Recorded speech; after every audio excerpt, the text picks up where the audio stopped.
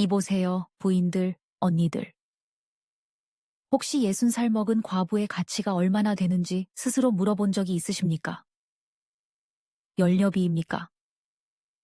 이웃들의 빈 껍데기 같은 칭찬입니까? 아니면 하룻밤이라도 진짜 나 자신으로 사는 것입니까? 제 발밑을 좀 보십시오. 여러분이 보고 계신 것은 쓰레기 더미가 아닙니다. 이건 제 피와 눈물입니다. 수천 그루. 네, 지난 6개월 동안 제가 금지 오겹으로 키워온, 이제 막 붉고 탱탱하게 익어가는 고추 수천 그루가 으깨져 버렸습니다. 그것들은 질척한 검은 진흙 속에 처박혀 무자비하게 짓밟혔습니다. 터져버린 고추에서 씨앗이 사방으로 튀고 코를 찌르는 매캐한 냄새가 진동해 눈이 따갑습니다. 이 폐허가 된 밭 한가운데 서서 치맛자락에 진흙을 묻힌 채 저는 마을 어귀에서 바람을 타고 들려오는 도끼 어린 수군거림을 듣습니다. 부끄러운 줄 모르는 늙은이 꼴 좋다. 나이 먹고 주책맞게 낯선 남자랑 놀아나더니 미천까지 다 날렸네. 천벌 받은 거야. 과부가 마음 수양은 안 하고 밤중에 남자를 집으로 끌어들이더니 그들이 고소해하며 웃고 있다는 걸 압니다. 저한테서 시래기며 쌀 한 줌씩 얻어가던 이웃 박씨 아줌마. 지금쯤 자기네 집 처마 밑에서 의기양양하게 웃으며 망가진 이 고추밭을 내려다보고 있겠지요. 그들의 눈에 저는 옥자, 즉 죄인입니다. 지난 10년 동안 이 가난하고 고루한 시골 마을이 제게 붙여준 모범 과부라는 칭호를 배신한 배반자입니다. 저는 허리를 숙여 짓밟힌 고추 하나를 집어들었습니다. 고추에서 흘러나온 즙이 제 손을 타고 흐릅니다. 피처럼 붉습니다. 맵습니다. 뜨겁습니다. 지금 제 가슴 속 느낌과 똑같습니다.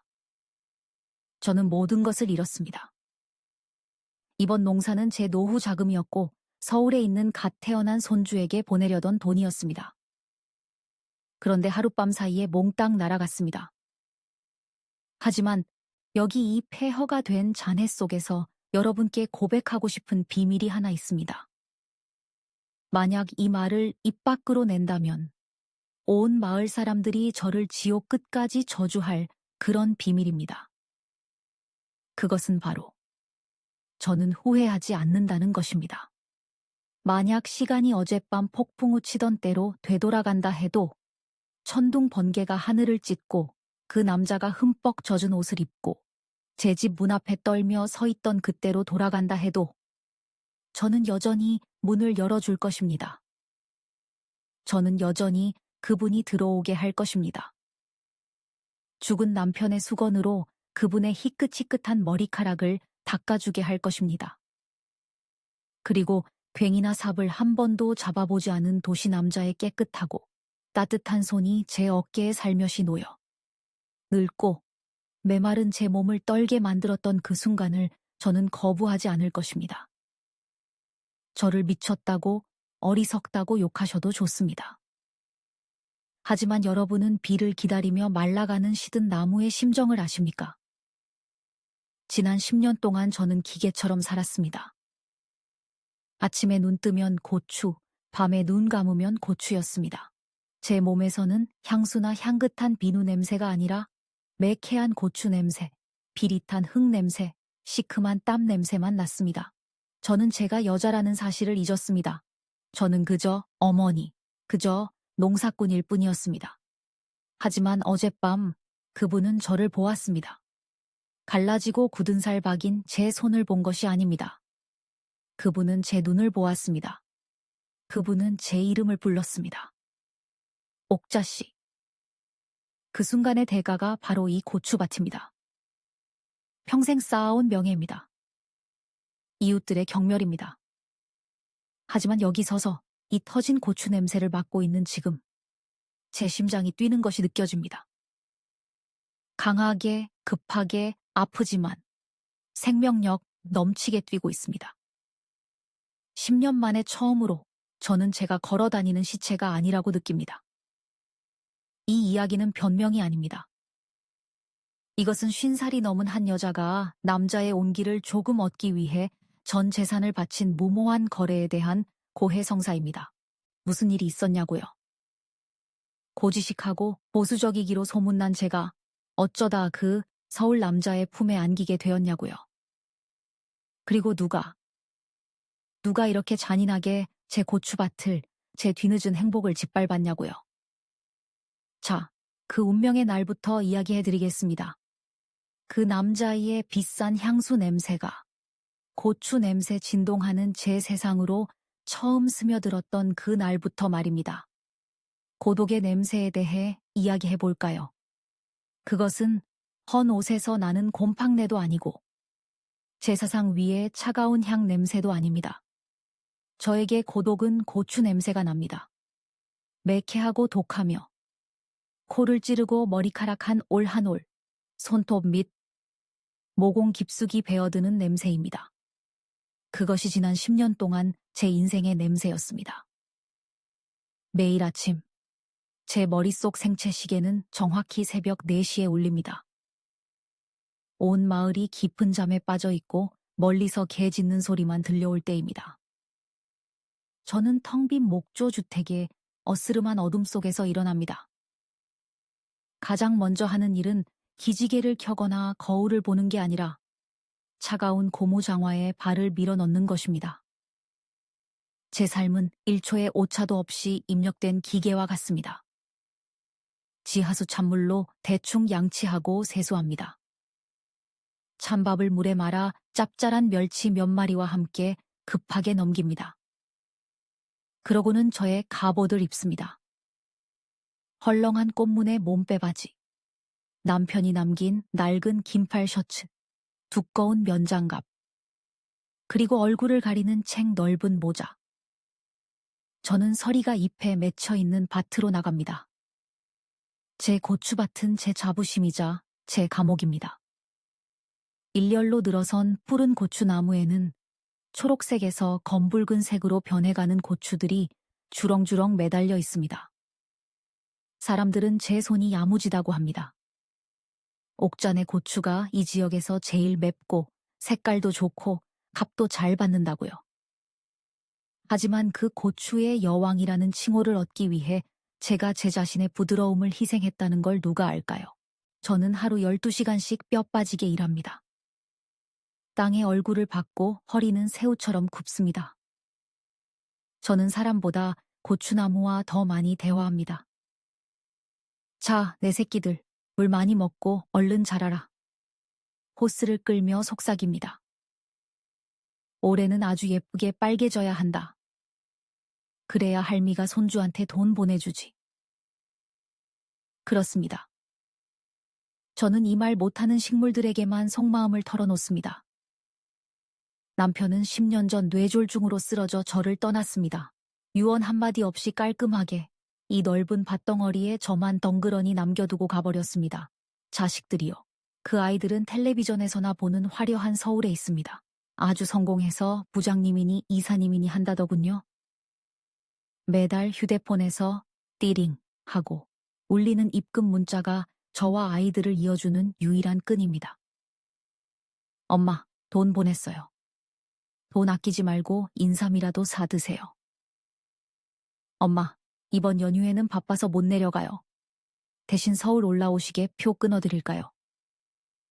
저는 항상 거절합니다. 가서 뭐 합니까? 그 성냥갑 같은 아파트에 갇혀서 촌스럽고 냄새나는 시어머니를 곁눈질하는 며느리 눈치나 보라고요. 차라리 여기 제 고추밭에 있는 게 낫습니다. 하지만 밤이 되면 고추 냄새가 저를 가장 끔찍하게 괴롭힙니다. 아무리 씻어도 향기 나는 비누로 살이 벌개지도록 문질러도 그 매캐한 냄새는 사라지지 않습니다. 마치 저주 같습니다. 베개에서도 이불에서도 그리고 제 몸에서도 그 냄새가 납니다. 거울 앞에 서서 작업복을 벗습니다. 거울 속 여자는 햇볕에 그을려 피부가 거무튀튀하고 손은 거칠어 굳은 살이 박였으며 고추잎에 베인 상처투성이입니다. 옛날에는 하얗고 부드러워서 남편이 칭찬해주던 손이었습니다. 이제는 흙을 꽉 움켜쥔 늙은 나무뿌리 같습니다. 제 몸에서는 더 이상 여자 냄새가 나지 않습니다. 흙 냄새, 비료 냄새, 독한 고추 냄새뿐입니다. 너도 늙었구나, 옥자야. 거울 속 그림자에게 말합니다. 너는 그냥 마른 껍데기일 뿐이야. 이 마을에서 저는 깐깐하고 결벽증 있기로 유명합니다. 상처했거나 아내가 도망간 동네 늙은 남자들이 가끔 제 밭을 지나가며 수작을 겁니다. 옥자씨, 고추가 저렇게 붉은데 따줄 사람 필요 없어. 오늘 저녁에 우리 집 와서 몸 녹이게 술 한잔 할까? 저는 경멸합니다. 그들을 반쪽 눈으로만 쳐다봅니다. 싼 소주 냄새를 풍기고 손톱에는 때가 껴있고 말은 거칠게 하는 무례한 남자들. 그들이 감히 어떻게 제 집 문지방을 넘보겠습니까? 저는 제 몸을 옥처럼 지켰습니다. 남들이 뭐라 할까 무서웠습니다. 서울에 있는 아들이 시골 늙은 어미가 바람났다고 망신당할까봐 무서웠습니다. 저는 마음의 문을 굳게 닫고 연렵이 받을 만한 정숙한 과부, 자식을 위해 모든 걸 희생하는 헌신적인 어머니라는 이미지를 쌓아 올렸습니다. 이웃집 박씨, 부녀 회장이라는 그 여자는 언제나 탐색하는 눈빛으로 저를 감시합니다. 제가 어떤 남자와 3마디 이상 웃으며 대화하는 걸 들키기라도 하면 다음 날 읍내 장터에는 제가 딴 마음 품었다 하는 소문이 쫙 퍼질 것입니다. 그래서 저는 침묵을 택했습니다. 고독을 택했습니다. 저는 죽는 날까지 제 인생이 그렇게 흘러갈 줄 알았습니다. 이 붉은 고추더미 속에서 늙어 죽으면 사람들이 제 묘비에 마을에서 가장 부지런한 여인이라고 새겨줄 줄 알았습니다. 하지만 인생에는 가장 신중한 사람조차 예상치 못한 굽이진 길목이 항상 있는 법입니다. 그것은 무더운 초여름 오후였습니다. 제가 바람에 쓰러진 고추나무를 묶어주고 있을 때 5년 동안 비어있던 옆집 기와집 앞에 이삿짐 트럭이 멈춰 섰습니다. 엔진 소리가 꺼지고 문이 열렸습니다. 그리고 그곳에서 내린 사람은 진흙 묻은 농사꾼이 아니었습니다. 번쩍이는 구두, 칼같이 다림질한 정장바지, 그리고 냄새, 고추 냄새도 진흙 냄새도 아닌 도시의 세련되고 낯선 향기였습니다. 그는 차에서 내려 금태 안경을 고쳐 쓰더니 당황스럽지만 기대에 찬 표정으로 주위를 둘러보았습니다. 그 남자의 이름은 강이었습니다. 저의 펄펄 끓는 기름 같은 인생에 떨어진 맑은 물방울 같은 존재였습니다. 강 선생님. 본명은 강동수. 이름만 들어도 책 냄새와 에어컨 빵빵한 사무실 냄새가 나는 이름이지요. 그분은 이 외딴 시골 마을의 남자들과는 완전히 달랐습니다. 이곳 늙은 남자들은 하나같이 피부가 가물치처럼 검고 고목 껍질처럼 거칠며 입만 열면 욕설이고 처자식에게 소리 지르기 일쑤였습니다. 누렇게 바랜 러닝 셔츠를 입고 뒤축이 다 다른 슬리퍼를 끌고 다녔죠.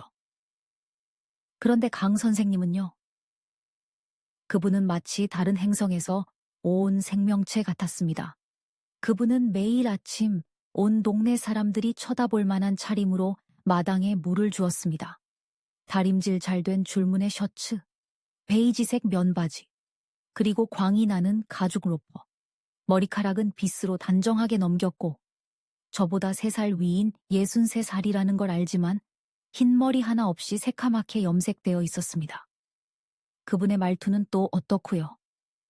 정말이지. 귀가 간지러우면서도 궁금하게 만드는 말투였습니다. 안녕하세요, 옥자씨. 오늘 날씨가 참 좋지요. 그분이 무궁화 울타리 너머로 고개 숙여 인사하며 하얗게 빛나는 치아를 드러내고 분명 틀니 아니면 비싼 임플란트일 겁니다. 여기 노인들은 다 이가 빠졌으니까요. 부드럽게 웃었습니다. 불을 뽑고 있던 저는 깜짝 놀라 이마에 땀을 훔치며 웅얼거렸습니다. 네, 안녕하세요. 저는 일부러 쌀쌀맞게 굴었습니다. 무서웠거든요. 그 예의 발음이 덧칠까봐 무서웠습니다. 박씨 아줌마가 보고 헛소문을 낼까봐 무서웠습니다. 하지만 강 선생님은 쉽게 포기하는 사람이 아니었습니다. 아니면 제 거절을 눈치채지 못할 만큼 순진했는지도 모릅니다. 그분은 이곳에 요양하러 왔고 전원 생활의 즐거움에 대한 낭만적인 꿈을 꾸고 있었습니다. 채소도 심고 닭도 키우고 싶어 했죠. 문제는 현실이 꿈과 다르다는 겁니다. 농사는 스마트폰 농장 게임과 다릅니다. 그분이 괭이질하는 모습은 웃기면서도 눈에 거슬리는 희극이었습니다. 골프차에 잡듯이 괭이를 어설프게 잡고 땅을 아프게 할까봐 겁내는 것처럼 살살 내려쳤습니다. 땅은 돌투성이라 딱딱한데 그분은 3번 찍고 10번 땀을 닦았습니다. 발 좀 치워요. 발가락 찢겠네. 제가 울타리 이쪽에서 직업병을 못 이기고 소리쳤습니다. 강 선생님은 깜짝 놀라 고개를 들고 멋쩍게 웃었습니다. 아, 네, 알려줘서 고마워요. 땅이 생각보다 단단하네요. 저는 고개를 절레절레 흔들고 하던 일을 계속했습니다. 도시 사람들, 그림만 잘 그리지. 보나 마나 사흘도 못 가서 지루해하며 가방 싸서 서울로 도망갈 게 뻔했습니다. 하지만 그날 정우의 사건이 터졌습니다. 6월의 태양이 머리 위로 불을 쏟아붓던 날이었습니다. 공기는 텁텁하고 숨이 막혔으며 매미 소리가 귀를 따갑게 했습니다. 점심 쉬러 들어가려는데 옆집 강 선생님네 밭에서 비명이 들렸습니다. 아, 고요한 전골을 찢는 고통스러운 비명이었습니다. 저는 모자를 집어 던지고 급히 달려갔습니다. 나무 대문은 잠겨 있지 않았습니다. 강 선생님이 파다만 밭고랑 위에 새우처럼 웅크리고 누워 얼굴을 찡그린 채 허리를 부여잡고 있었습니다. 괭이는 옆에 나뒹굴고 있었습니다. 강 선생님, 왜 그러세요? 제가 기겁해서 달려가 부축했습니다. 내 허리가. 그분이 신음했습니다. 땀이 비 오듯 쏟아져 비싼 셔츠가 다 젖어 있었습니다. 뚝 하고 나간 것 같아요. 아이고, 할 줄 모르면 사람을 사서 하라니까. 무리하다가 큰일 나요. 입으로는 쏘아 붙였지만 손발은 빨랐습니다. 저는 그분을 부축해 일으켰습니다. 생각보다 무거웠지만 40년 농사일로 다져진 제 체력으로 그분을 집 안까지 모시고 들어갔습니다. 문지방을 넘자마자 시원한 공기가 밀려왔습니다. 에어컨이 켜져 있었습니다. 그리고 향기, 오래된 책 냄새, 갓 볶은 고소한 커피 냄새, 그리고 은은한 남자 향수 냄새. 묵직하고 따뜻한 샌다로드 향이었습니다. 곰팡내와 독한 고추 냄새가 나는 우리 집과는 완전히 달랐습니다. 저는 그분을 푹신한 가죽 소파에 엎드리게 했습니다. 어디 봅시다. 디스크가 삐끗했거나 인대가 늘어난 것 같네요. 가만히 계세요. 약술 가져올게요. 집으로 뛰어가 옹담과 약초뿌리를 넣은 가전 비법 약술을 가져왔습니다. 바르면 살이 타는 듯 뜨겁지만 허리 통증에는 지효인 약입니다. 돌아와 보니 그분은 여전히 끙끙 앓고 있었습니다. 옷 좀 올려보세요. 맨살에 발라야 스며들어요. 제 목소리가 저도 모르게 떨렸습니다. 강 선생님은 얼굴이 붉어져서 아파서인지 부끄러워서인지 머뭇거렸습니다. 폐를 끼쳐서 죄송합니다. 민망하네요. 그분은 힘들게 단추를 하나씩 풀었습니다. 손이 떨리고 있었습니다. 셔츠가 벗겨졌을 때 저는 1초 동안 얼어붙었습니다. 63살 먹은 남자의 등이 너무나 하얗기 때문입니다. 검버섯이나 흉터가 가득했던 죽은 남편의 등과 달리 그분의 피부는 희고 매끄러웠습니다. 평생 책상에만 앉아 있었던 풍요로운 삶이 느껴졌습니다. 근육질은 아니었지만 어깨는 넓었고 남자의 듬직함이 남아 있었습니다. 저는 마른 침을 삼키고 손바닥에 약수를 부었습니다. 독한 술 냄새가 방 안에 향긋한 향수 냄새를 덮었습니다. 좀 뜨거울 거예요. 제가 경고했습니다. 그리고 저는 그분의 등에 손을 얹었습니다. 피부가 닿는 순간 감전된 것 같았습니다. 제 손.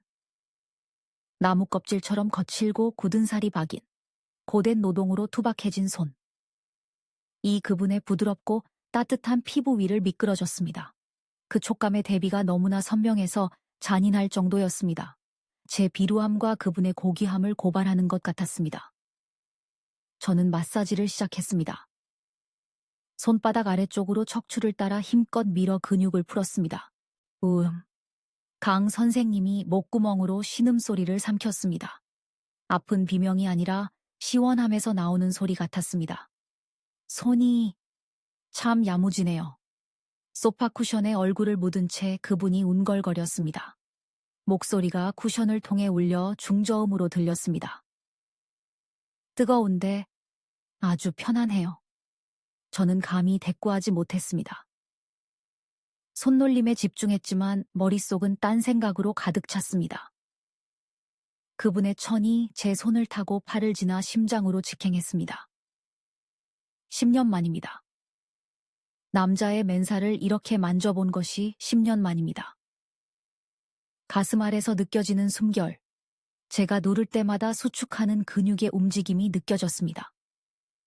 땀이 솟았습니다. 방은 시원한데 얼굴이 화끈거렸습니다. 옥자 씨.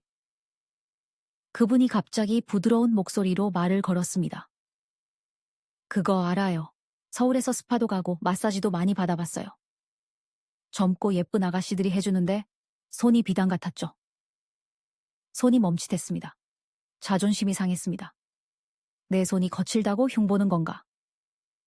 하지만 그분이 말을 이었습니다. 옥자 씨 손처럼 믿음직스러운 손은 없었어요. 힘이 있고 정성이 있어요. 옥자 씨가 보살펴주는 사람은 정말 행복할 겁니다. 그 말은 얼어붙어 있던 제 심장에 화살처럼 꽂혀 딱딱한 껍질에 금을 냈습니다. 행복이라고요. 남편은 한 번도 그런 말을 한 적이 없습니다. 좀 세게 주물러봐. 밥 다 됐어? 라고만 했죠. 자식들도 그런 말 안 합니다. 김치 좀 조금만 보내세요. 냉장고 좁아요. 라고만 했죠. 그런데 이 낯선 남자, 이 서투른 남자가 제 못생긴 손을 칭찬하고 있었습니다. 부끄러움을 감추려 더 세게 주물렀습니다. 입만 살았네요. 가만히 계세요. 말 많이 하면 뼈 어긋나요. 하지만 가슴속에서 낯선 감정이 피어올랐습니다. 그것은 더 이상 불쾌함이나 경계심이 아니었습니다. 설렘이었습니다. 위험한 설렘이었습니다. 마사지를 마치고 옷 입는 걸 도와드리자 강 선생님이 뒤를 돌아 저를 보았습니다. 금태 안경 너머의 눈동자가 저를 빤히 응시했습니다. 고마움, 그리고 고마움 그 이상의 무언가가 반짝이고 있었습니다. 고마워요, 옥자 씨. 그분이 제 이름을 불렀습니다. 의례적인 호칭이 빠진 다정한 말투였습니다. 내일 제가 커피 한 잔 대접해도 될까요? 제가 직접 내린 커피인데 믹스커피보다 훨씬 맛있어요. 저는 멍하니 서서 약술 냄새와 그분의 천이 남은 손을 쥐고 있었습니다. 이성은 거절하라고, 당장 안전한 고추밭으로 도망치라고 소리쳤습니다. 하지만 주책맞은 제 입이 멋대로 운걸거렸습니다. 한번 생각해 볼게요. 그분의 집을 나오는데 발걸음이 휘청거렸습니다. 오후 햇살은 여전히 따가웠지만 세상이 빙빙 도는 것 같았습니다. 저는 손을 코에 가져다 댔습니다. 10년 만에 처음으로 제 손에서 고추 냄새가 아닌 다른 냄새가 났습니다. 그분의 냄새였습니다. 도시에서 온 남자, 달콤한 유혹의 냄새였습니다. 그리고 저는 알았습니다. 큰일 났다는 것을요. 커피. 이 시골 마을에서 커피란 점심 먹고 바틸 나가기 전 잠 깨려고 급하게 마시는 설탕과 프림 범벅인 노란색 봉지 믹스커피를 뜻합니다. 하지만 강 선생님의 커피는 달랐습니다. 다음 날 아침, 저는 어제 담근 깍두기가 든 항아리를 들고 그분의 집 앞에 서 있었습니다. 초인종을 누르지 못하고 한참을 망설였습니다. 그냥 이웃끼리 답례하는 거야. 커피 주신다니 김치 드리는 거지. 오고 가는 정이 있어야지 하고 수백 번 되뇌었지만 심장은 갓 18살 처녀가 첫 데이트 나가는 것처럼 쿵쾅거렸습니다. 문이 열렸습니다. 강 선생님이 나타났습니다. 여전히 단정하고 향기로운 모습이었습니다. 아, 옥자 씨. 진짜 오셨네요. 마음 바뀌셨을까봐 걱정했어요. 안경 너머 눈이 반짝였습니다. 부엌에 들어서자 마치 실험실에 온 것 같았습니다. 투명한 유리병, 종이 필터, 주둥이가 긴 주전자. 강 선생님은 도대체 뭘 하고 있는 걸까요? 이건 핸드드립 커피예요. 뜨거운 물을 나선형으로 천천히 부으며 그분이 신나서 설명했습니다. 인내심이 필요하죠. 물이 너무 뜨거워도 안 되고 식어도 안 돼요. 여자를 대할 때처럼 부드럽고 차분해야 하죠. 저는 얼굴이 빨개져서 그분의 눈을 피하고 똑똑 떨어지는 검은 물방울만 쳐다보았습니다. 그분이 건네준 커피에는 설탕도 프림도 없었습니다. 시커멓기만 했습니다. 한번 드셔보세요. 급하게 삼키지 말고 입에 머금고 향을 느껴보세요. 시키는 대로 했습니다. 첫맛은 썼습니다. 사약처럼 썼습니다. 뱉어낼 뻔했습니다. 하지만 목으로 넘기자 은은한 단맛과 꽃향기 같은 것이 혀끝에 감돌았습니다. 어때요? 그분이 기대에 차서 물었습니다. 써요. 저는 솔직히 말했습니다. 근데 뒷맛이 다네요. 그리고 향기로워요. 아주 향기로워요. 강 선생님이 칭찬받은 아이처럼 환하게 웃었습니다. 맞아요. 그게 인생의 맛이죠. 고진감래라고 하잖아요. 답례로 저는 항아리를 그분 쪽으로 밀었습니다. 저는 이런 고급스러운 건 볼 줄 몰라요. 그냥 이거 드시라고요. 깍두기인데 설탕 안 쓰고 배랑 사과 갈아 넣어 자연 발효시킨 거예요. 라면이나 찬밥이랑 드세요. 강 선생님이 뚜껑을 열었습니다. 새콤하고 매콤한 김치 냄새가 확 올라와 커피 향을 덮어버렸습니다. 세련된 사람에게는 촌스러운 냄새일 수도 있는데 강 선생님은 최고급 향수를 맡듯 깊이 들이마셨습니다. 세상에, 냄새가 너무 좋네요. 집에서 담근 김치 냄새 맡아본 지가 얼마나 됐는지. 그분은 사양하지 않았습니다. 당장 따뜻한 밥, 전자레인지에 든 찬밥이겠지만 한 공기와 젓가락을 가져왔습니다. 고춧가루로 붉게 물든 네모난 깍두기 하나를 입에 넣고 아삭아삭 씹었습니다. 저는 숨을 죽이고 지켜봤습니다. 도시 사람 입맛에 시골 할미 음식이 너무 짜거나 맵지는 않을까.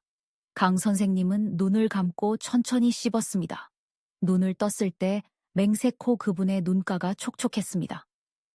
옥자씨, 목이 맨 목소리였습니다. 아내가 죽은 지 5년 됐어요. 그동안 줄곧 마트 김치만 사 먹었죠. 공장에서 만든 식초 맛 나는 밍밍한 거요. 그런데 이건 어머니의 맛이 나요. 추억의 맛이에요. 그분은 제 손을 내려다보았습니다. 무릎 위에 다소곳이 올려진 아직 덜 씻긴 검은 흙이 손톱에 남아있는 제 손을요. 옥자 씨는 금손을 가졌네요. 옥자 씨가 해준 밥을 매일 먹는 사람은 세상에서 제일 행복한 남자일 겁니다. 그 말이 부엌 공기 중에 툭 떨어져 시간을 멈추게 했습니다. 얼굴이 확 달아올랐습니다. 바틸할 때의 그 뜨거움이 아니라 가슴속에서 간질거리는 열기였습니다. 얼마만입니까? 누군가 저를 이렇게 칭찬해준 게 얼마만입니까? 남편은 짜다, 싱겁다, 타박만 했고, 자식들은 냉장고 좁으니까 조금만 보내라고만 했습니다. 제 밥을 먹는 게 행복이라니. 아무도 그런 말을 해준 적이 없습니다. 아유, 입에 침이나 바르고 하세요. 저는 눈물이 날 것 같아 황급히 일어났습니다. 저 가볼게요. 밭에 물 줘야 해서. 잠깐만요.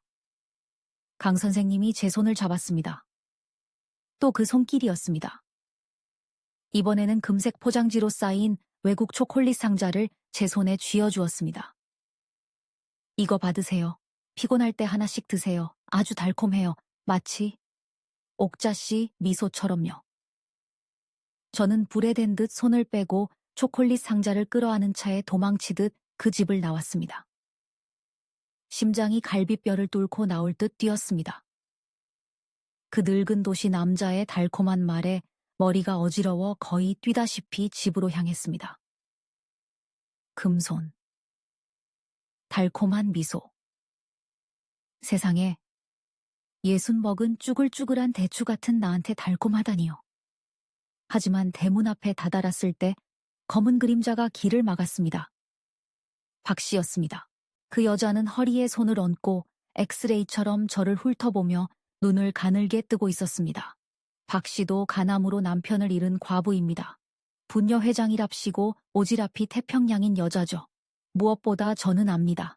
이 여자가 강 선생님을 노리고 있다는 걸요. 달걀을 몇 번이나 싸들고 갔지만 의례적인 미소와 닫힌 문만 마주했을 뿐이죠. 어머나. 박 씨가 상한 식초처럼 시큰한 목소리로 말을 끌었습니다. 옥자 씨, 어디 갔다 오는데 얼굴이 그렇게 불타 고구마야? 손에 든 번쩍거리는 건 또 뭐고? 설마 저 옆집 서울 영감댁에서 나오는 길은 아니겠지? 저는 깜짝 놀라 도둑질하다 들킨 아이처럼 초콜릿 상자를 등 뒤로 감췄습니다. 그냥 좀 도와드릴 게 있어서. 왜 물어? 도와드려? 박 씨가 킁킁거리며 사냥개처럼 다가왔습니다. 커피 냄새 진동하네. 남자 냄새도 나고. 옥자 씨, 내가 옥자 씨, 점잖은 사람이라 봐주는 거야. 평생 남편 제사 모시고 자식 키운 공 생각해서 하는 말인데 나이 들어서 추태 부려 동네 망신시키지 마. 지금 무슨 소리를 하는 거야? 제가 소리쳤지만 속이 뜨끔했습니다. 무슨 소린지 본인이 더 잘 알겠지. 박 씨가 비웃으며 강 선생님 집을 흘겨보았습니다. 저런 도시 남자는 입만 살아서 칠칠 맞아. 늙어서 심심하니까 잠깐 데리고 노는 거야. 진짜 옥자 씨를 좋아할 것 같아? 주제 파악 좀 해. 손발 다 트고 비료 냄새 나는 여자를 누가 좋아해. 저 양반은 봉황이고 옥자 씨는 그냥 닭이야. 닭. 그 여자는 눈을 흘기며 엉덩이를 흔들고 가버렸습니다. 저만 멍하니 길에 남겨졌습니다. 박 씨의 말은 독침처럼 제 자존심을 찔렀습니다. 맞는 말입니다. 제가 가장 두려워하던 바로 그 말입니다. 저와 강 선생님은 사는 세상이 다릅니다. 한쪽은 드립커피와 금색 초콜릿, 다른 한쪽은 깍두기와 독한 고추 냄새. 저는 손에 든 초콜릿과 투박한 제 손을 번갈아 보았습니다. 아까 들었던 칭찬이 신기루처럼 멀어졌습니다. 내가 무슨 꿈을 꾸는 거냐, 옥자야. 씁쓸하게 자책했습니다. 저는 터벅터벅 집으로 들어가 옷장 깊숙한 곳, 비밀을 숨기듯 초콜릿 상자를 감췄습니다. 하지만 여러분, 사람 마음이라는 게 고추나무 같습니다. 누르려고 할수록, 막으려 할수록 빛을 찾아 더 맹렬하게 뻗어나갑니다. 박 씨의 독설은 제 마음의 불을 끄기는커녕 오히려 반발심이라는 기름을 부어버렸습니다. 그리고 하늘은 인간의 인내심을 시험하려는 듯 다음 날 오후 갑작스러운 소나기를 내렸습니다. 그 비가 모든 이성과 장벽을 씻어내고 우리를 허허벌판 한가운데 있는 좁은 원두막으로 몰아넣었습니다. 진짜 이야기는 그곳에서 시작되었습니다. 이곳의 여름비는 사춘기 소녀처럼 변덕스럽습니다. 쨍쨍하다가도 갑자기 어두워지더니 예고 없이 쏟아집니다. 그날 오후, 저는 산 밑 멀리 있는 고추밭에 있었습니다. 강 선생님이 꽉 막힌 점적 관수 호스를 봐주겠다며 기어이 따라왔습니다. 말려도 소용없어서 읍내에서 새로 산 고무장화를 신고 뒤뚱거리는 그분을 그냥 두었습니다. 옥자씨, 비가 크게 올 것 같은데요. 머리 위로 몰려오는 먹구름을 보며 강 선생님이 걱정스레 말했습니다. 지나가는 비겠죠. 저는 대수롭지 않게 말하며 진흙 막힌 호스를 뚫고 있었습니다. 하지만 제 생각이 틀렸습니다.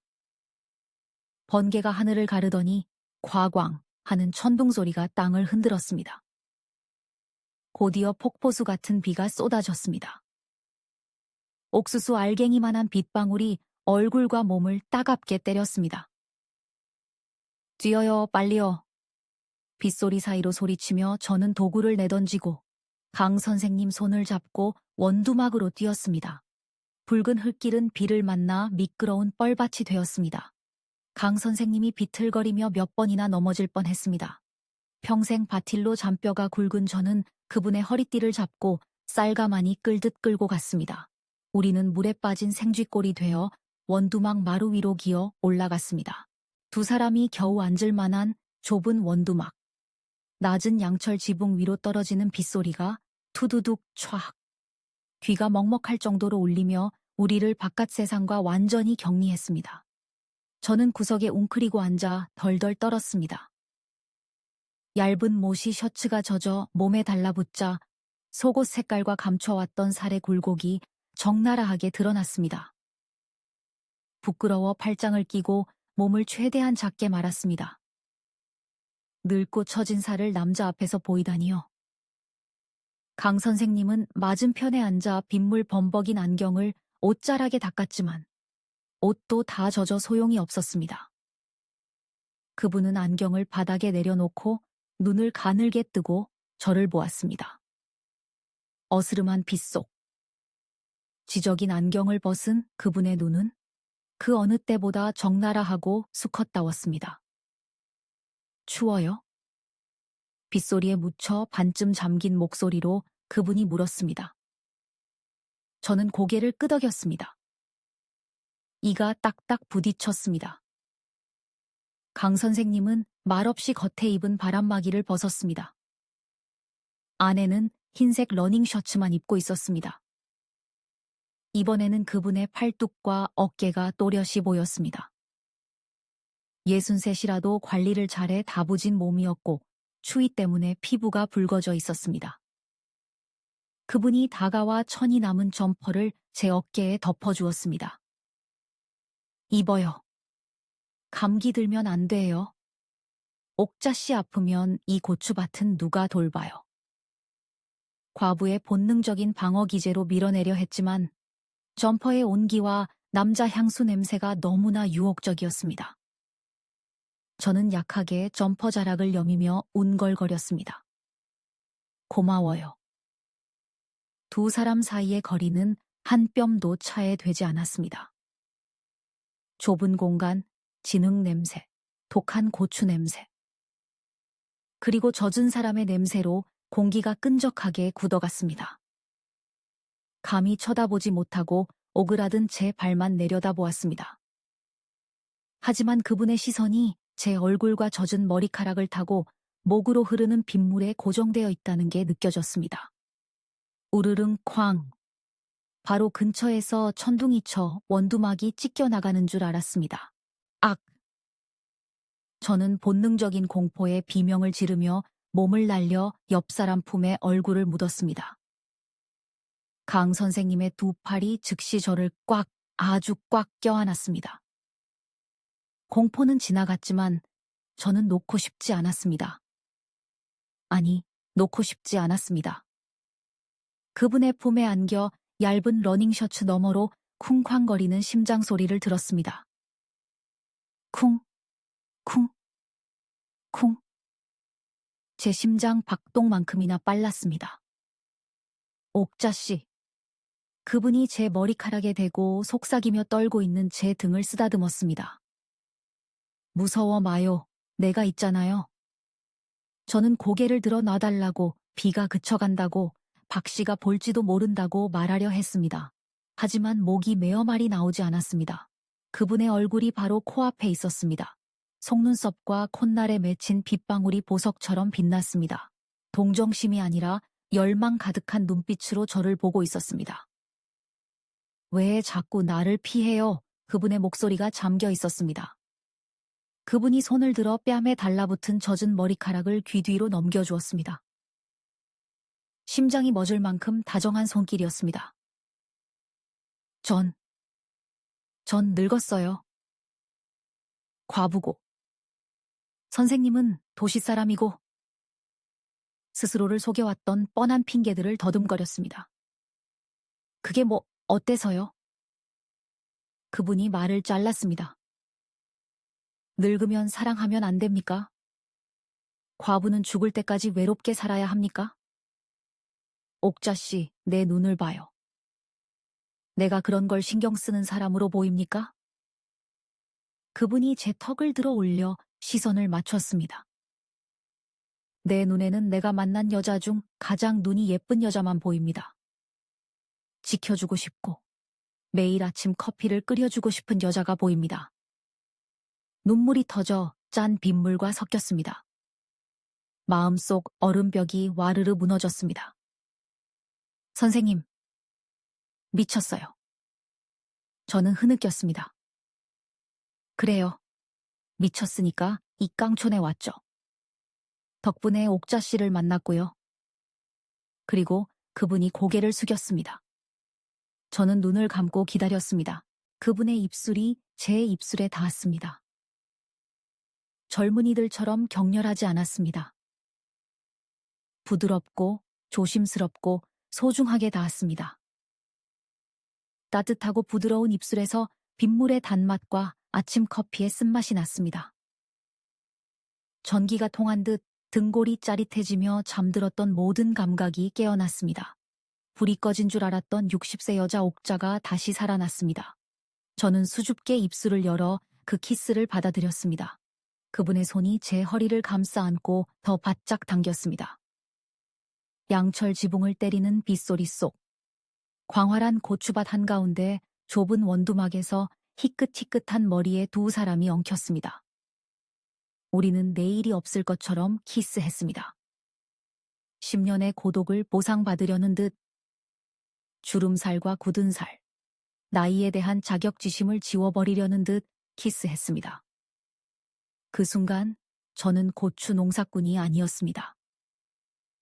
사랑받는 여자였습니다.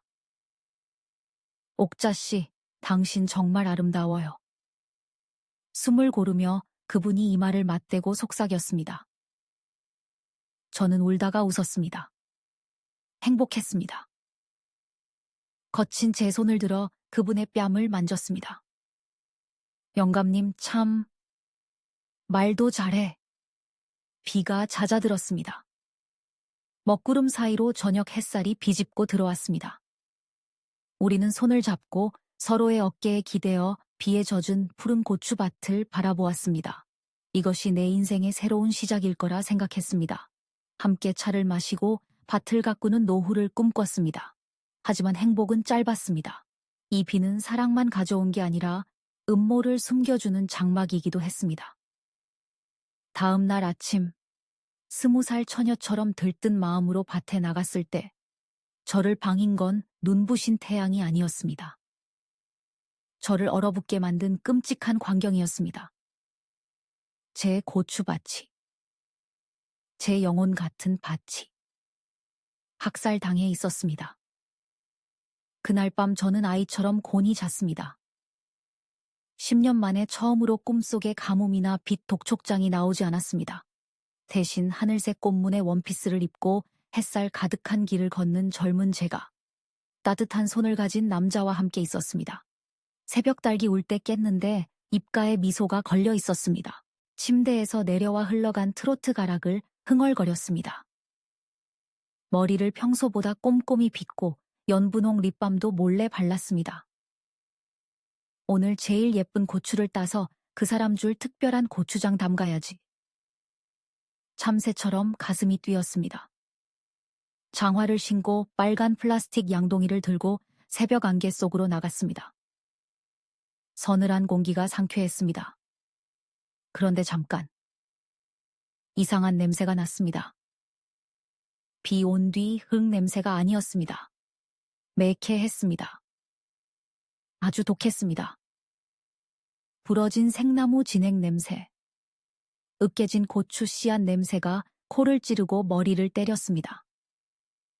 심장이 쿵 내려앉았습니다. 불길한 예감이 독바람처럼 불어닥쳤습니다. 저는 공들여 가꾼 메인 밭으로 거의 뛰다시피 갔습니다. 들고 있던 양동이가 탁 하고 떨어졌습니다. 저는 굳어버렸습니다. 피가 얼어붙는 것 같았습니다. 다리에 힘이 풀려 진흙 바닥에 주저앉았습니다. 푸른 잎 사이로 붉은 고추가 등불처럼 매달려 있던 그 밭이 아니었습니다. 모든 게 평평해져 있었습니다. 수확을 앞둔 고추나무 수백 그루가 뿌리째 뽑혀 널브러져 있었고, 하얀 뿌리가 하늘을 향해 살려달라는 듯 뻗어 있었습니다.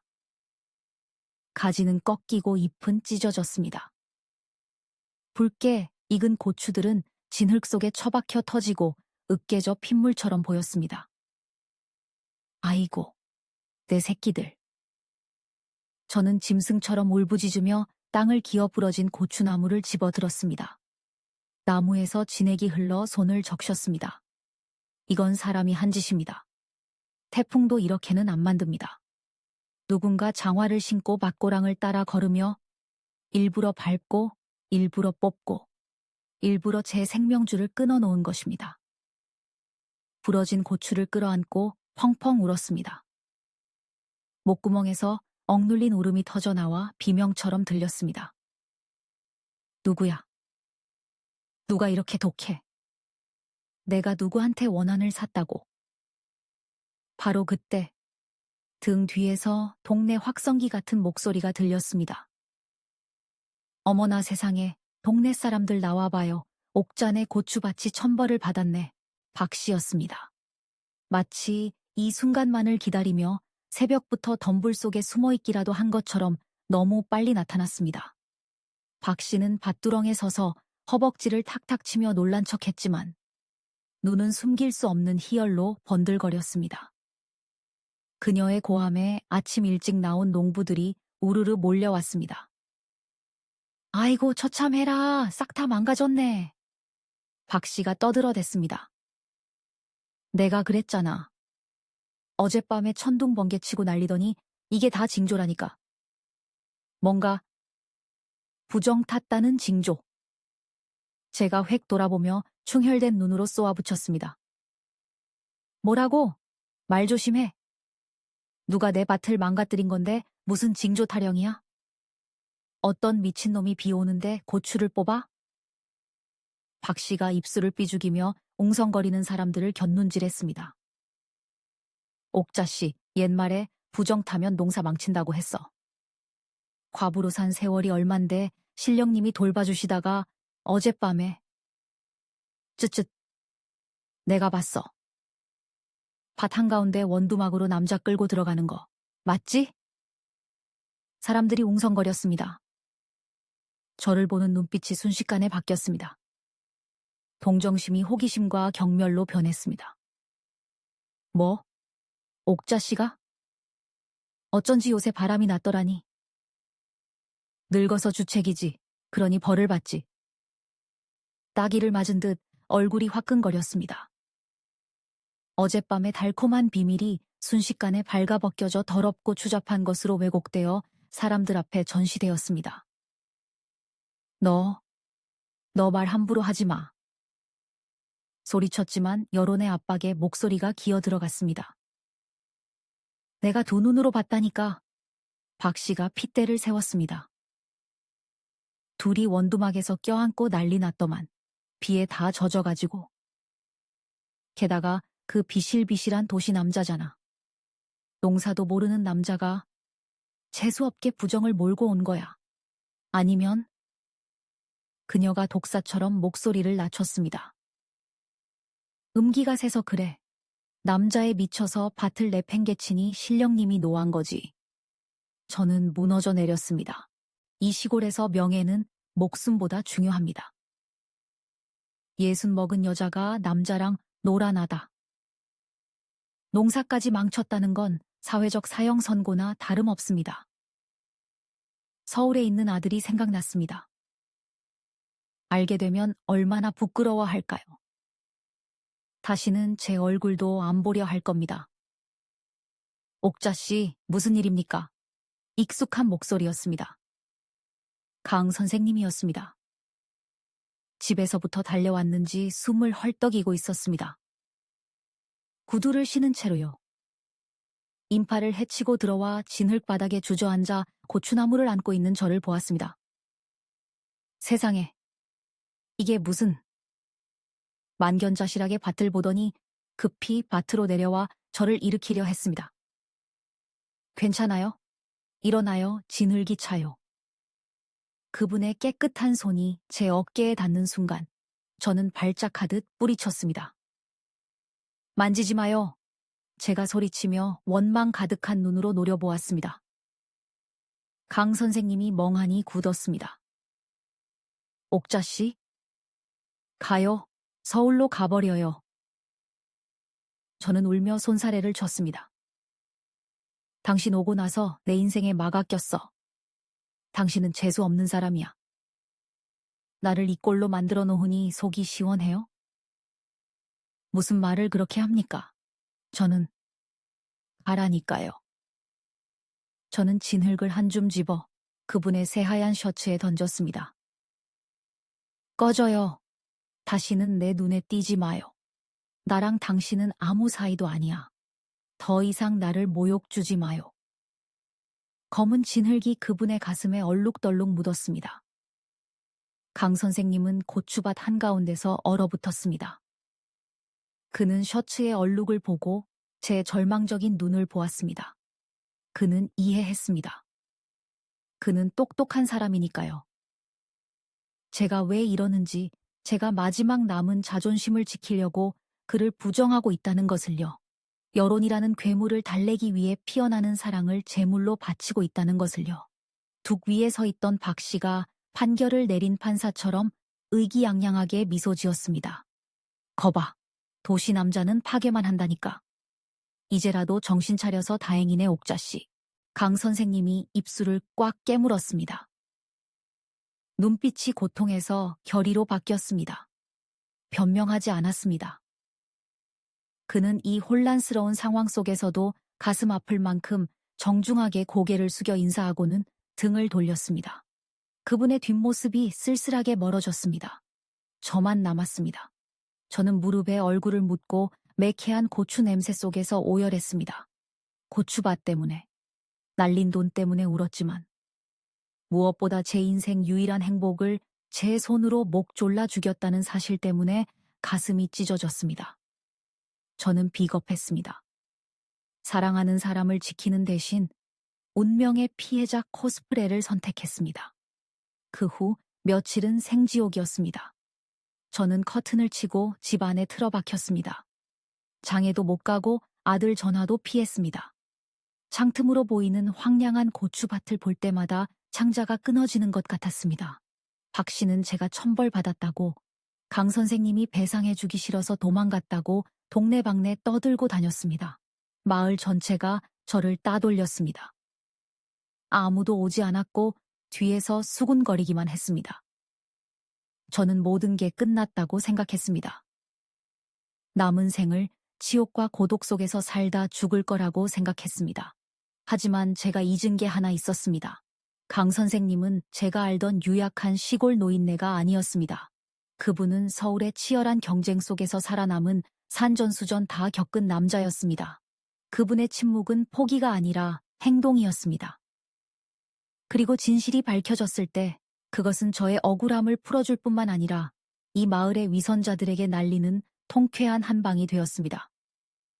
사건 3일째 밤, 식은 밥상을 앞에 두고 멍하니 앉아 있는데 초인종이 울렸습니다. 주저하는 노크가 아니라 단호하고 연속적인 벨소리였습니다. 떨며 문을 열었습니다. 강 선생님이었습니다. 하지만 양복 차림이 아니었습니다. 어두운 우비 차림에 손에는 빛나는 태블릿 PC를 들고 있었습니다. 문 열어요, 옥자씨. 낮지만 힘있는 목소리였습니다. 당신 고추밭을 죽인 범인을 찾았습니다. 저는 어둠 속에서 빛나는 화면을 멍하니 바라보았습니다.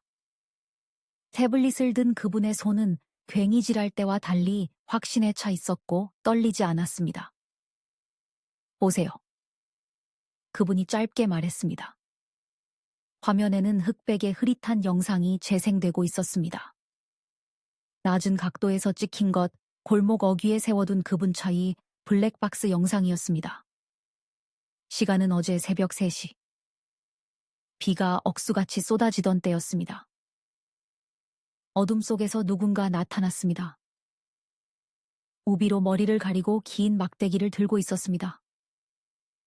걸음걸이가 뒤뚱거리고 왼쪽 다리를 약간 절었습니다. 숨이 멈췄습니다. 너무나 익숙한 걸음걸이였습니다. 그 사람은 고추밭으로 몰래 들어가더니 미친 듯이 막대기를 휘두르기 시작했습니다. 분이 안 풀리는지 허리를 숙여 나무를 하나하나 뽑고 발로 짓밟았습니다. 그리고 결정적인 장면. 가로등 불빛이 비치는 모롱덩이를 지날 때 카메라에 발이 선명하게 잡혔습니다. 흰 국화꽃 무늬가 그려진 분홍색 고무장화. 저는 비명을 지르지 않으려 입을 틀어막았습니다. 이 동네에서 저런 요란한 장화를 신는 사람은 딱 한 명뿐입니다. 지난주에 서울 사는 딸이 보내줬다며 저에게 자랑했던 그 장화. 박씨? 제 눈을 의심하며 떨리는 목소리로 말했습니다. 맞습니다. 강 선생님이 화면을 끄자 그분의 엄숙한 얼굴이 어둠 속에 드러났습니다. 그날 아침 밭에 나갔을 때 당신이 우는 것만 본 게 아닙니다. 진흙에 찍힌 발자국을 봤어요. 남자 장화 같은 민무늬가 아니라 동그란 꽃무늬 패턴이더군요. 의심했는데 제 블랙박스가 확인해주네요. 강 선생님이 한 걸음 더 다가왔습니다. 이번에는 물러서지 않았습니다. 옥자씨, 당신은 천벌받은 게 아닙니다. 테러를 당한 겁니다. 그리고 저는 재수 없는 놈이 아닙니다. 저는 목격자입니다. 적나라한 진실에 현기증이 났습니다. 친한 이웃, 부녀의 자매. 저에게 웃음 짓던 그 여자가 내 등에 칼을 꽂은 범인이었습니다. 왜? 고작 질투 때문에. 강 선생님이 나를 챙겨줘서 갑시다. 강 선생님이 제 손목을 잡았습니다. 어디로요? 박씨 집으로. 오늘 밤 끝냅시다. 당신이 억울한 누명을 쓰고 1분도 더 살게 둘 순 없어요. 박씨네 집은 불이 켜져 있었습니다. 시끄러운 드라마 소리가 들렸습니다. 그녀는 소파에 앉아 해바라기 씨를 까먹으며 아무 짓도 안 한 사람처럼 편안하게 있었습니다. 쾅쾅쾅. 거친 문 두드리는 소리에 그녀가 화들짝 놀랐습니다. 누구야? 밤늦게. 문을 열자마자 저와 강 선생님을 보고 미소가 싹 사라졌습니다. 두 사람이? 웬일이야? 누나를 굴리며 말을 더듬었습니다. 강 선생님은 군더더기 없이 안으로 들어가 탁자 위에 태블릿을 놓고 재생 버튼을 눌렀습니다. 빗소리와 나무 부러지는 소리가 거실에 울려 퍼졌습니다. 박 씨의 얼굴이 붉은색에서 회색으로 다시 백지장처럼 하얗게 변했습니다. 그녀는 덜덜 떨며 손에 든 해바라기 씨를 떨어뜨렸습니다. 이게 뭐야? 난 몰라. 나한테 뒤집어 씌우려는 거야? 억지를 썼지만 목소리는 공포로 갈라졌습니다. 박 여사님. 강 선생님의 목소리는 수술용 칼처럼 차갑고 날카로웠습니다. 제 차 블랙박스 화질이 아주 좋아요. 현관에 있는 저 국화꽃 장화, 아직 옥자씨네 밭 진흙 묻어있겠네요. 경찰 불러서 감식해 볼까요? 경찰이라는 단어에 박 씨는 다리가 풀려 주저앉았습니다. 시골 노인들에게 법과 감옥은 가장 큰 공포니까요. 재물손해죄에 명예훼손죄까지 추가됩니다. 고추밭 피해액이면 징역 6개월에서 2년은 살겠네요. 강 선생님이 도시인의 법률 지식으로 쐐기를 박았습니다. 아이고 선생님. 아이고. 옥자씨. 박 씨가 엉엉 울며 바닥을 기어 우리에게 빌었습니다. 내가 잘못했어. 내가 미쳤지. 제발 경찰만은 부르지 마. 우리 애들이 알면 나 죽어. 제 발밑에 엎드린 여자를 보았습니다. 통쾌해야 하는데 씁쓸하기만 했습니다. 왜 그랬어? 목이 메어 물었습니다. 우리가 이웃으로 산 게 10수년인데 박 씨가 눈물 콧물 범벅이 되어 고개를 들었습니다. 질투 나서 그랬어. 셈이 나서.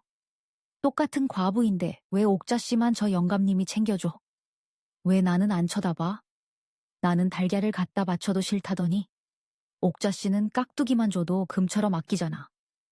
옥자씨가 행복해 보이는 게 꼴 보기 싫었어. 그거였군요.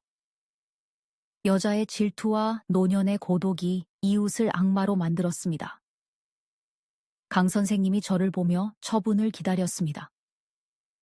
사랑하는 여자를 지키는 남자의 역할은 다 했고 이제 판결은 제 몫이었습니다. 심호흡을 했습니다. 내일 아침 제가 또박또박 말했습니다. 마을회관 노인회 회의 때 사람들 앞에서 공개 사과해. 실수로 고추밭 망가뜨렸다고 하고 내 대해 헛소문 낸 거 다 사실 아니라고 밝혀. 안 그러면 강 선생님이 이 영상 경찰한테 보낼 거야. 할게. 다 할게. 고마워, 옥자씨. 고마워. 박 씨가 고개를 끄덕였습니다.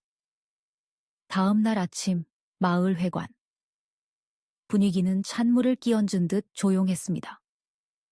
수십 명의 노인들이 숨죽인 채 박 씨가 울면서 반성문을 읽는 걸 들었습니다. 그녀는 부주의와 시기심으로 밭을 망쳤고 저에 대한 소문은 거짓말이라고 자백했습니다. 회관이 술렁거렸습니다. 저를 보는 눈빛이 180도 바뀌었습니다. 경멸에서 미안함과 동정으로요. 아이고 옥자씨 억울해서 어째. 우리가 사람 잡을 뻔했네. 박 씨가 고개를 숙이고 내려가자 강 선생님이 일어났습니다. 그분은 어제 제가 진흙을 던졌던 그 셔츠. 지금은 티 없이 깨끗하게 세탁된 를 입고 단상에 올라 마이크를 잡았습니다.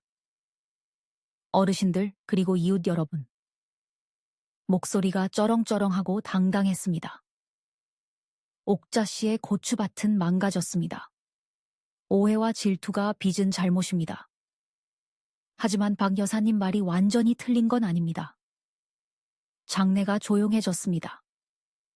심장이 옥죄어 왔습니다. 무슨 말을 하려고?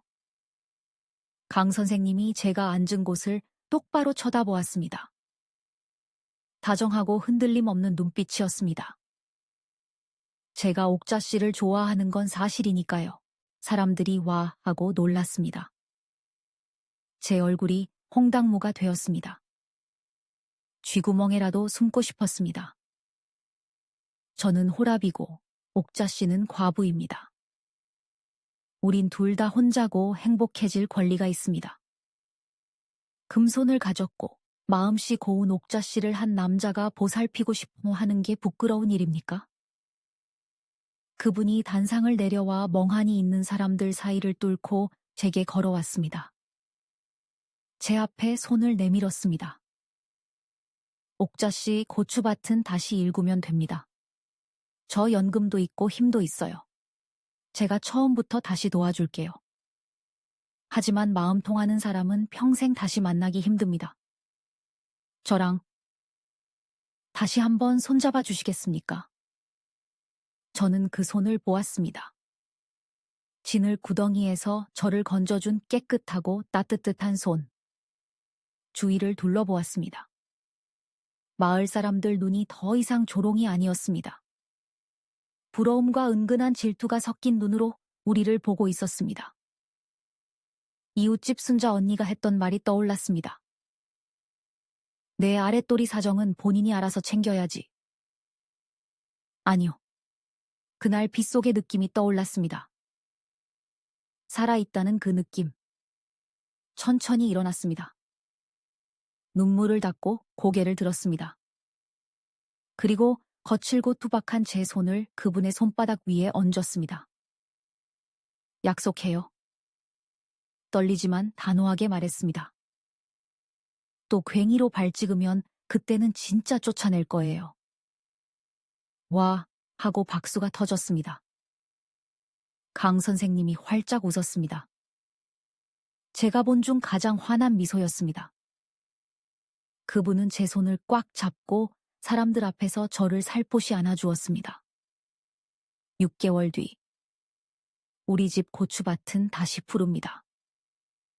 어린 고추나무들이 무럭무럭 자라 풍년을 약속하고 있습니다. 툇마루 아래에는 고무장화 2켤레가 나란히 햇볕을 쬐고 있습니다. 큰 검은색 장화 하나, 작은 파란색 장화 하나. 누군가의 국화꽃 장화는 이 마을의 기억에서 사라졌습니다. 옥자씨, 줄 이렇게 묶으면 돼요? 밭에서 강 선생님 목소리가 들립니다. 달려나가 보니 매듭을 할머니 이빨처럼 헐겁게 묶어놨습니다. 허리에 손을 얹고 잔소리를 퍼붓습니다. 아이고, 그렇게 묶으면 바람 불면 다 날아가요. 몇 번을 말해요. 타박하며 고쳐 매주는데 강 선생님은 기죽기는커녕 허허 웃으며 손수건으로 제 이마에 땀을 닦아줍니다. 혼나는 건 혼나는 거고 오늘 저녁에 된장찌개 끓여줘요. 알았어요. 하여간 못 말려. 눈을 흘겼지만 가슴속에는 꽃이 피었습니다. 우리는 늙었습니다. 60대의 사랑에는 거창한 맹세도, 매일 불타는 키스도 없습니다. 그저 같이 밭에 나가고 같이 밥을 먹고 밤이 오면 죽음의 두려움을 쫓기 위해 따뜻한 손을 맞잡는 것 그뿐입니다. 세상은 예순을 은퇴하는 나이, 죽음을 기다리는 나이라고 합니다. 하지만 저 옥자에게 예순은 사랑을 배우기 시작한 나이입니다. 늦었다고 두려워하지 마십시오. 사람의 심장에는 유통기한이 없습니다.